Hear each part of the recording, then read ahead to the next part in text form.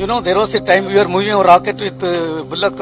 Moving the rocket with the old bicycle and satellite in the old. In the bullock cart. From that, today we are a respectable, vibrant spacefaring nation.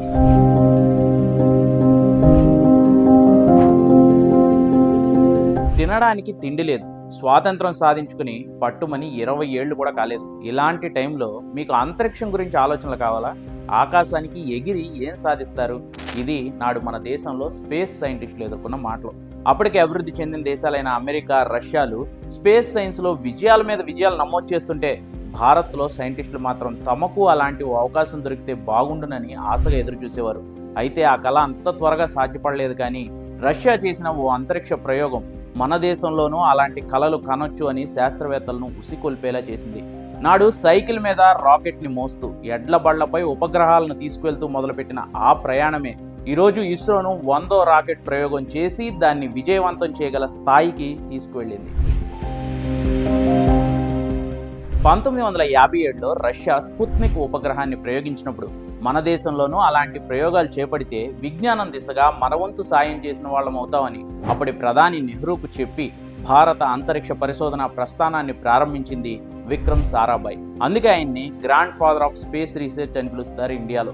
1962లో అప్పటికే atomic ఎనర్జీకి సంబంధించిన కీలకంగా వ్యవహరిస్తున్న హోమీ జహంగీర్ బాబా పర్యవేక్షణలో Indian National Committee for Space Research ఇంకోస్పార్ను ఏర్పాటయ్యేలా చేయడంలో విక్రమ్ సారాభాయ్ చేసిన కృషి మర్చిపోలేంది. ఈ ఇంకోస్పార్ ఇప్పటి ఇస్రోగా మారడానికి 7 ఏళ్లు పట్టింది. తొలుత మన స్పేస్ యాక్టివిటీస్ అన్నీ కూడా రష్యా సహకారంతోనే జరిగాయి. కానీ ఫ్యూచర్లో వేరే దేశాలు మన ఉపగ్రహాలకు కావాల్సిన ముడి సరుకులను, పరికరాలను అందించకపోవచ్చేమో అని గ్రహించిన విక్రమ్ సారాభాయ్ మనమే మన శాటిలైట్స్ను తయారు చేసుకోవాలనే లక్ష్యంతో ఇంకోస్పార్ను ఇస్రోగా మార్చి ఓ స్వతంత్ర సంస్థగా తయారు చేశారు. 1972లో కేంద్ర ప్రభుత్వం ప్రత్యేకంగా అంతరిక్ష పరిశోధనల కోసం డిపార్ట్మెంట్ ఆఫ్ స్పేస్ను ఏర్పాటు చేయడంతో ఇస్రో దశ మారిపోయింది.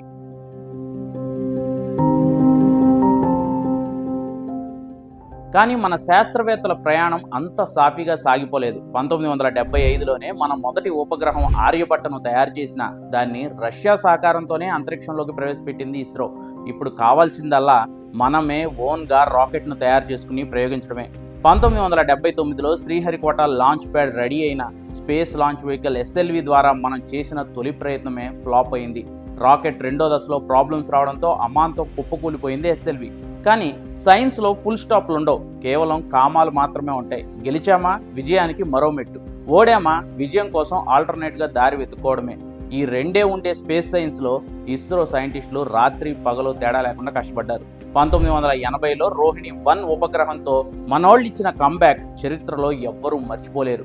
ఏ ఎడ్ల బండిలో అయితే ఉపగ్రహాలు మోసుకెళ్లామో, ఏ సైకిల్పై రాకెట్ డోమ్స్ని లాక్కెళ్లామో అక్కడి నుంచే మన దేశం తరపున మన త్రివర్ణ పతాకంతో ఓ రాకెట్ ఆకాశంలోకి దూసుకెళ్ళింది.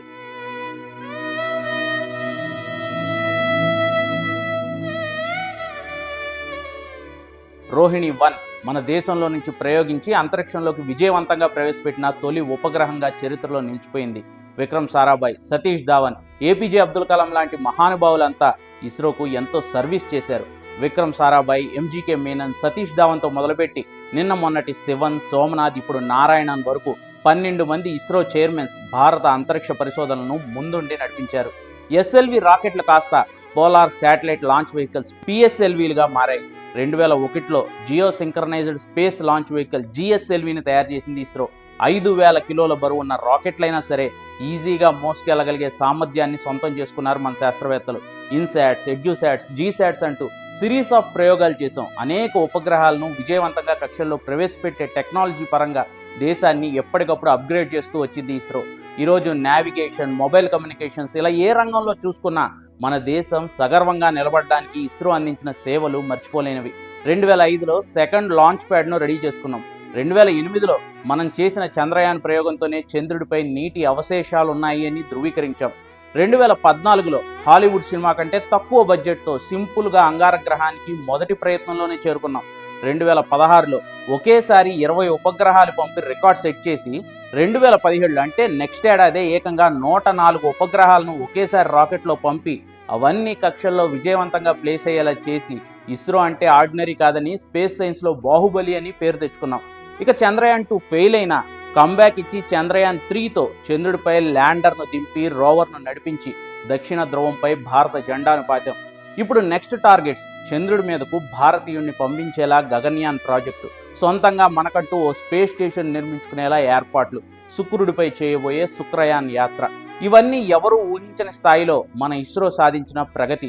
ఈరోజు America, Russia, Japan, European agencies తర్వాత అంతటి స్ట్రాంగ్ స్పేస్ ఏజెన్సీ ఉంది అంటే, దట్టు కమర్షియల్ బిజినెస్ చేయగల స్పేస్ కామర్స్ ఆర్గనైజేషన్ ఉంది అంటే కేవలం ఇస్రోనే అనేంత స్థాయికి ఎదిగాం.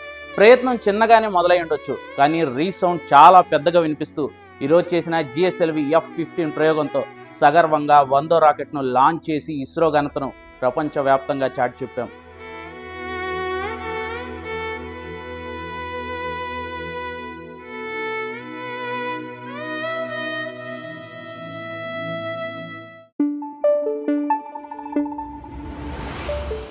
Thank you.